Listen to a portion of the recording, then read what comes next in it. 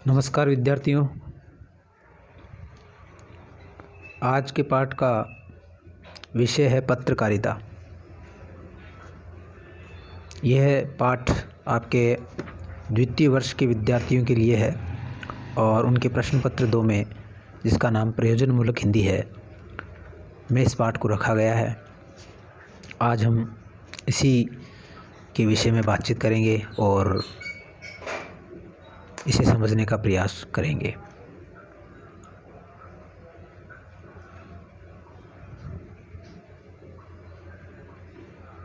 सबसे पहले बात हम करें अगर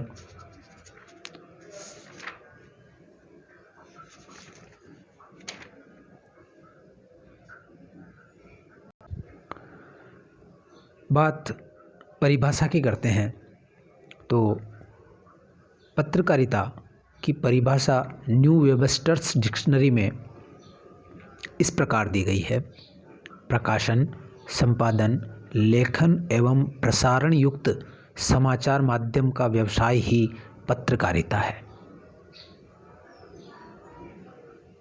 डिक्शनरी ने पत्रकारिता को व्यवसाय कहा है, जिसका प्रमुख जो कार्य है वो प्रकाशन करना, खबरों सूचनाओं का प्रकाशन करना, उनका संपादन करना, लिखना और उनका प्रसारण करना।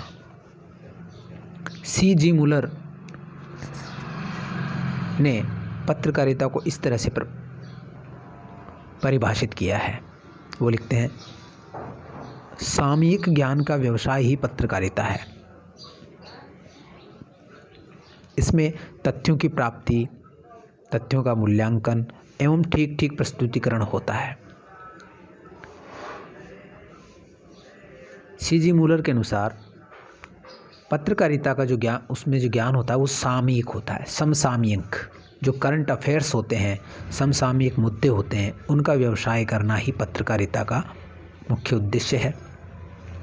दूसरा वो लिखते हैं कि तथ्यों की प्राप्ति यानी उसकी रिपोर्टिंग करना, डेटा को इकट्ठा करना और फिर उनका मूल्यांकन करना यानी उनका संपादन करना, उनके औचित्य का पता करना और फिर उनका प्रस्तुतिकरण विभिन्न माध्यमों से करना, वही पत्रकारिता कहलाती है। आज विभिन्न माध्यम है पत्रकारिता के, प्रिंट मीडिया है, इलेक्ट्रॉनिक मीडिया है, इंटरनेट, वेब पत्रकारिता भी आज आ गई है। इसी तरह डॉक्टर शंकरदयाल नामक विद्वान लिखते हैं, पत्रकारिता एक पेशा नहीं है बल्कि यह तो जनता की सेवा का माध्यम है। इन्होंने सेवा का माध्यम माना है। पत्रकारों को केवल घटनाओं का विवरण ही पेश नहीं करना चाहिए, आम जनता के सामने उसका विश्लेषण भी करना चाहिए। घटनाओं का विश्लेषण, उसका कारण, उसके प्रभाव पर भी विचार विश्लेषण करना चाहिए। पत्रकारों पर लोकतांत्रिक परंपराओं की रक्षा करने और शांति एवं भाईचारा बनाए रखने की भी जिम्मेदारी आती है। ये इसीलिए पत्रकारिता को लोकतंत्र का चौथा स्तंभ भी कहा जाता है दोस्तों। तो इस तरह से हम पत्रकारिता की परिभाषा को समझ सकते हैं कि यह एक सेवा है, यह एक व्यवसाय है और इसके प्रमुख कार्य है समसामयिक खबरों को संग्रहित करना, उनका संपादन करना और उसको विभिन्न माध्यमों से जनता तक पहुंचाना। और पत्रकारिता के बारे में कहा जाता है कि भारत में जो पत्रकारिता है वो जब शुरू हुई तो अंग्रेज़ों के समय में ये शुरू हुई, क्योंकि उन्होंने एक नवीन अर्थव्यवस्था का विकास किया और नई तरह की अंग्रेजी शिक्षा पद्धति विकसित हुई। तो भारत के लोगों में यह चेतना उत्पन्न हुई कि वो अपनी जो कठिनाइयाँ हैं उनको समझें और उन्हें दूर करने का प्रयास करें। और इस क्रम में अपनी कठिनाइयों को समझने, उनका विश्लेषण करने और उन्हें दूर करने के क्रम में, अपनी बात को सरकार तक पहुंचाने के क्रम में प्रेस से बेहतर कोई मीडियम या माध्यम उनके लिए नहीं था, साधन नहीं था। तो प्रेस का उन्होंने उपयोग करना शुरू किया। राजा राममोहन राय का इसमें विशेष योगदान रहा और धीरे धीरे पत्रकारिता भारत में विकसित होती गई। अब हम यहाँ पत्रकारिता के विविध प्रकारों पर बातचीत कर लेते हैं।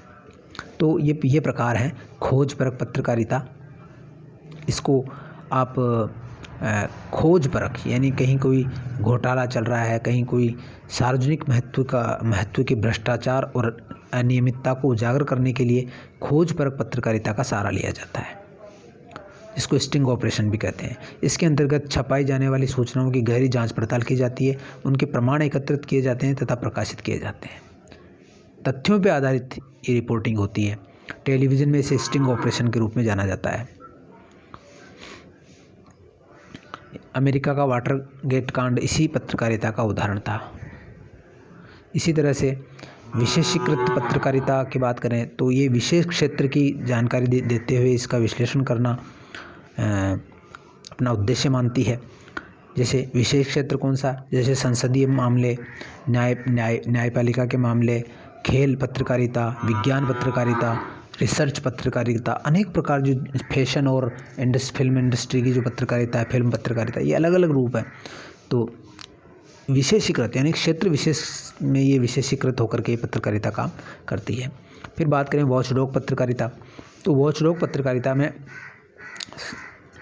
जो सरकार का जो कामकाज है उस पर निगाह रखना, सरकार के कामकाज की जो विसंगतियां हैं उनको प्रकट करना, उनका जनता के हितों के लिए उन चीज़ों को देखना, कानूनों को समझना, परखना, ये सारा जो काम है ये वॉचडॉग पत्रकारिता करती है। फिर एडवोकेसी पत्रकारिता, ये एडवोकेट होती है, वकालत करती है किसी खास विचारधारा की, ये मत या किसी खास सिद्धांत या खास घटना पर ये जनमत बनाने का काम करती है। एडवोकेट जनता की वकालत करने का काम ये पत्रकारिता करती है। इसको पक्षधर पत्रकारिता या एडवोकेसी पत्रकारिता कहा जाता है। इसी तरह वैकल्पिक पत्रकारिता है।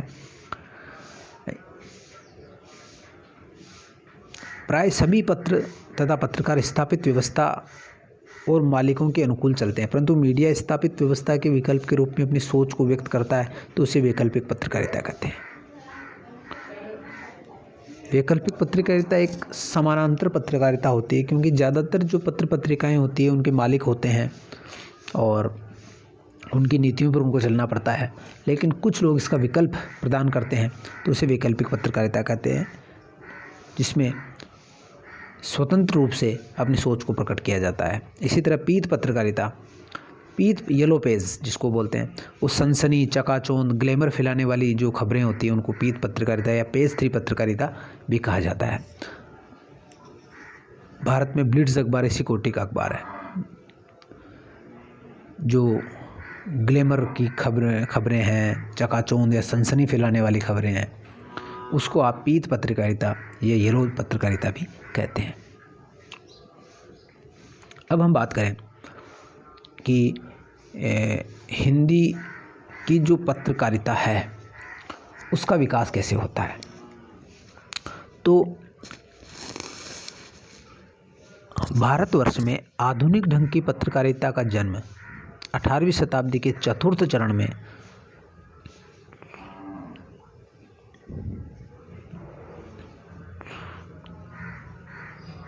कलकत्ता, बम्बई और मद्रास में हुआ। 1780 में हिक्के का कलकत्ता गज़ट इस ओर पहला प्रयत्न था। हिंदी के पहले पत्र उदंत मार्तंड के प्रकाशित होने तक इन नगरों में जैसे कोलकाता, बम्बई, मद्रास में एंग्लो इंडियन अंग्रेजी पत्रकारिता काफ़ी विकसित हो गई थी। आपको ये पता होना चाहिए कि भारत में ये जो छापा खाना लाने का काम है वो ईसाई मिशनरियों ने किया, और उनमें से भी जो पुर्तगाल के जो लोग थे जो यहाँ ईसाई धर्म का प्रचार करते थे, वो यहाँ पर सबसे पहले मुद्रण यंत्र लाए 1550 ईस्वी में। बहुत पहले वो इसको लेकर के आए, तो उनको श्रेय जाता है। फिर 1774 में ईस्ट इंडिया कंपनी ने भी मुद्रण का कार्य शुरू किया और कई जगह छापे खाने उन्होंने स्थापित किए। इनका उद्देश्य मतलब अपने धर्म का, यानी ईसाई मिशनरियों के माध्यम से अपने धर्म का प्रचार प्रसार करना होता था। लेकिन बात हम करें कि हिंदी पत्रकारिता की या भारतीय पत्रकारिता की बात करें तो सबसे पहले गंगा किशोर भट्टाचार्य ने बंगाल गज़ट का प्रवर्तन किया। ये पहला बंगला पत्र था। उसके बाद में 1821 में संवाद कौमुदी नामक बंगला पत्र का प्रकाशन राजा राममोहन राय के सहयोग से शुरू हुआ और उसमें समसामयिक समस्याओं पर बहुत सारे लेख लिखे जाते थे और सती प्रथा के विरुद्ध उन्होंने लिखना शुरू किया, जिसके कारण से उनको कई जो परंपरावादी हिंदू समाज के लोग थे उनका विरोध भी झेलना पड़ा। लेकिन सती प्रथा के विरुद्ध कानून बनाने का काम इस पत्रकारिता के माध्यम से ही संभव हो सका।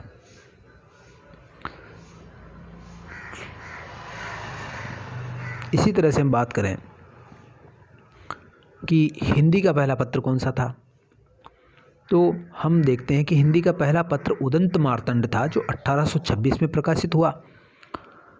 और हिंदी का पहला दैनिक पत्र की बात करें हम, जो डेली छपता हो दैनिक जो पत्र है, वो समाचार सुधा वर्षण था। आप इसे लिख लीजिए, समाचार सुधा वर्षण था, जो 1854 में श्याम सुंदर सेन के संपादकत्व में कलकत्ता से निकला था। जैसे जैसे तकनीक आती गई वैसे वैसे पत्रकारिता का भी विकास होता रहा और हिंदी में कई पत्र पत्रिकाएं फिर आगे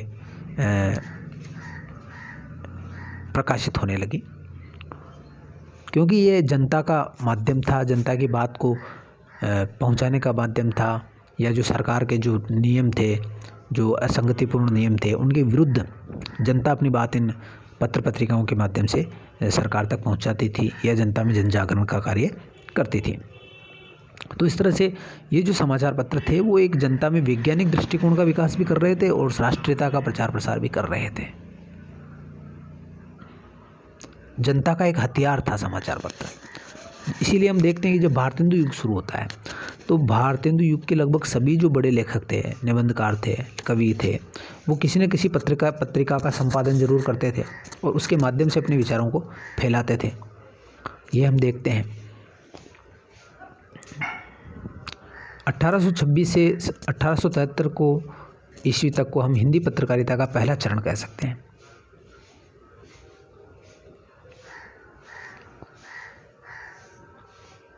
हिंदी का पहला पत्र 1826 में प्रकाशित हुआ। 1873 में हरिश्चंद्र मैगजीन प्रकाशित होती है। एक वर्ष बाद हरिश्चंद्र चंद्रिका नाम से प्रसिद्ध हुआ ये पत्र। वैसे भारतेंदु का कवि वचन सुधा 1867 में ही सामने आ गया था। उसने पत्रकारिता के विकास में महत्वपूर्ण भाग लिया, परंतु नई भाषा शैली का परिवर्तन 1873 में हरिश्चंद्र मैगजीन से ही हुआ। इसी मैगजीन में हरिश्चंद्र जी ने लिखा कि हिंदी नई चाल में ढली। ये जो वाक्य परीक्षाओं में पूछा जाता है ये हरिश्चंद्र मैगजीन का ही है।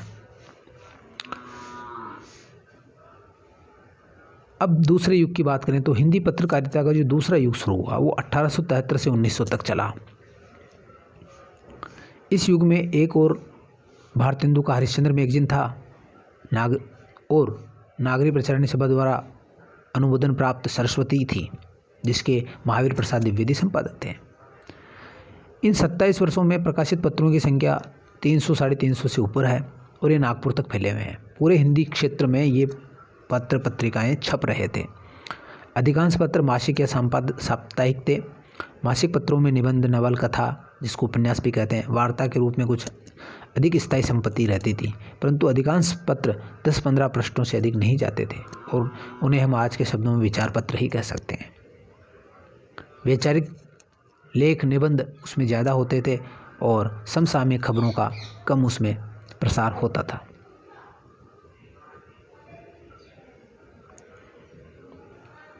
भारतेंदु युग के बाद कुछ जो पत्रिकाएं छपी और जो पत्रकार सामने आए वो इस प्रकार थे। पंडित रुद्रदत्त शर्मा भारत मित्र 1877, बालकृष्ण भट्ट हिंदी प्रदीप 1877, दुर्गा प्रसाद मिश्र उचित वक्ता 1878, पंडित सदानंद मिश्र सार सुधा निधि 1878, पंडित वंशीधर सज्जन कीर्ति सुधाकर 1878, बद्री नारायण चौधरी प्रेमगन आनंद कादम्बिनी उनकी पत्रिका थी, 1881 में वो छपी। देवकी नंदन त्रिपाठी प्रयाग समाचार 1882, राधाचरण गोस्वामी ने भारतेंदु नामक पत्रिका 1882 में प्रकाशित की। पंडित गौरीदत्त जो अच्छे उपन्यासकार भी थे, उन्होंने देवनागरी प्रचारक नामक से पत्रिका निकाली। राजा रामपाल सिंह ने हिंदुस्तान जो आज का प्रसिद्ध अखबार है दैनिक हिंदुस्तान, उसका प्रकाशन 1873 से शुरू हुआ। प्रताप नारायण मिश्र ने ब्राह्मण नामक पत्रिका 1883 में छापी। अंबिका दत्त व्यास ने पीयूष प्रवाह 1884 में प्रकाशित की। बाबू रामकृष्ण वर्मा ने भारत जीवन 1884, राम गुलाम अवस्थी ने शुभ चिंतक 1888, योगेश चंद्र बसु ने हिंदी बंगवासी 1890, पंडित कुंदन लाल कवि व चित्रकार पत्रिका 1891 में इन्होंने प्रकाशित की। इसी तरह जो प्रसिद्ध उपन्यासकार हुए जिन्होंने चंद्रकांता जैसा उपन्यास लिखा और जिनका नाम बाबू देवकीनंदन खत्री था और बाबू जगन्नाथ दास, इन दोनों ने मिलकर के साहित्य सुधानिधि 1894 में पत्रिका निकाली और 1895 में नागरी प्रचारणी पत्रिका, जो बहुत प्रसिद्ध हुई, का प्रकाशन आरंभ होता है। तो भारत के लोगों ने ये समझ लिया कि अंग्रेज़ों से टक्कर लेने के लिए, उनका मुकाबला करने के लिए पत्रकारिता या जो ज्ञान का व्यवसाय है, ज्ञान का प्रचार प्रसार है, जन जागरण है, वैज्ञानिक सोच है, ये बहुत आवश्यक है। राष्ट्रीयता का प्रचार है, ये बहुत आवश्यक है। इसी दौर में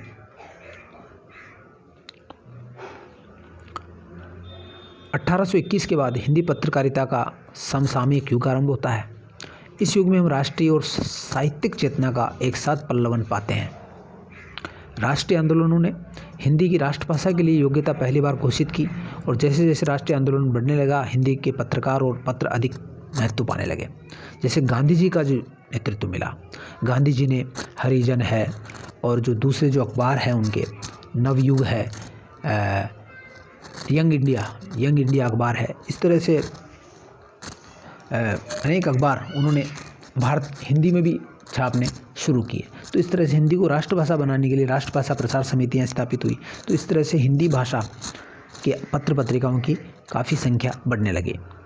1921 के बाद गांधी जी के नेतृत्व में राष्ट्रीय आंदोलन मध्य वर्ग तक सीमित न रहकर ग्रामीणों और श्रमिकों तक पहुंच गया और उसके प्रसार में हिंदी पत्रकारिता का महत्वपूर्ण योगदान था। हिंदी पत्रकारिता ने ही गांधी जी को इतनी लोकप्रियता दिलाई और उनके विचारों को जन जन तक पहुँचाया।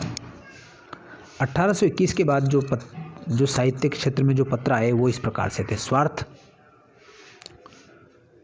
1922, माधुरी 1923, मर्यादा चांद 1923, मनोरमा 1924, समालोचक 1924, चित्रपट 1925, कल्याण 1926, सुधा 1927, विशाल भारत 1928, त्यागभूमि 1928 और हंस 1930 जो मुंशी प्रेमचंद ने प्रकाशित किया था। इस तरह से हम देखते हैं कि भारतवासियों में ये पत्र पत्रिकाएं जब यहाँ शुरू हुई तो उससे क्या हुआ कि एक तो इसके दो काम इन्होंने किए कि पत्र पत्रिकाओं ने समसामयिक समस्याओं पर प्रकाश डालना शुरू किया। दूसरों आम जनता की जो समस्याएं थी उनमें साझेदारी इन पत्र पत्रिकाओं ने की और नई नई दृष्टिकोण लोगों के सामने आने लगे और जो समस्याएं थी उनसे ज्ञान के माध्यम से लड़ने की एक प्रवृत्ति शुरू हुई। जैसा कि उस ज़माने के प्रसिद्ध जो कवि थे उर्दू के, महाकवि अकबर, उन्होंने लिखा था कि कोई भी जो परेशानी आए जीवन में तो उसके लिए तलवार निकालने की आवश्यकता नहीं है। कोई तोप सामने आ जाए तो तलवार काम नहीं करेगी और न ही कमाने, तीर कमानों से काम चलेगा। तो इस मसले पर वो लिखते हैं कि खींचो न कमानों को न तलवार निकालो, खींचो न कमानों को न तलवार निकालो, जब तोप मुकाबिल हो तो अखबार निकालो। तो अखबार खूब निकले। उस ज़माने में अखबार इतने निकले कि हर बड़ा जो लेखक था वो एक पत्रकार भी था, अखबार निकालता था और अखबार के माध्यम से आम जनता की समस्याओं को सरकार तक पहुंचाता था और जनता में जन जागरण भी वो करता था। तो इस तरह से ये जो पंक्ति है ये काफ़ी कोट की जाती है इनकी कि खींचो न कमानों को न तलवार निकालो, जब तोप मुकाबिल हो तो अखबार निकालो। तो सभी बड़े लेखक थे वो सभी अखबार निकाल रहे थे और जनता की समस्याओं को सामने ला रहे थे, वैज्ञानिक दृष्टिकोण फैला रहे थे और जो सामाजिक और नैतिक रूढ़ियाँ थी उनका विरोध भी इन पत्रिकाओं में दिखाई देता था। तो कुल मिला के हम कह सकते हैं कि हिंदी पत्रकारिता छापे खाने के विकास से लेकर के अपने इतिहास के कई चरणों को पार करती हुई आज काफ़ी सशक्त स्थिति में पहुंच गई है। और आज के दौर में जो हिंदी पत्रकारिता है वो इंटरनेट पत्रकारिता के रूप में भी प्रचलित होने लगी है। इस पे थोड़ी सी बातचीत हम करेंगे। इंटरनेट पर समाचारों का प्रकाशन या आदान प्रदान इंटरनेट पत्रकारिता कहलाता है। पहली बात,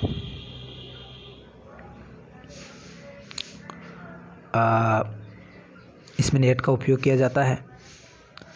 रिपोर्टर अपने समाचार को ईमेल के द्वारा अन्यत्र भेजते हैं और उसका संकलित करने, उसकी सत्यता विश्वसनीयता सिद्ध करने, तो सत्यता विश्वसनीयता सिद्ध करने के लिए करता है।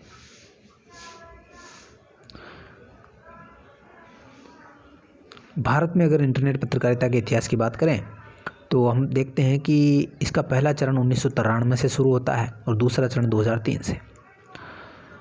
भारत में सच्चे अर्थों में वेब पत्रकारिता करने वाली साइटें हैं rediff.com, इंडिया इन्फोलाइन, CP।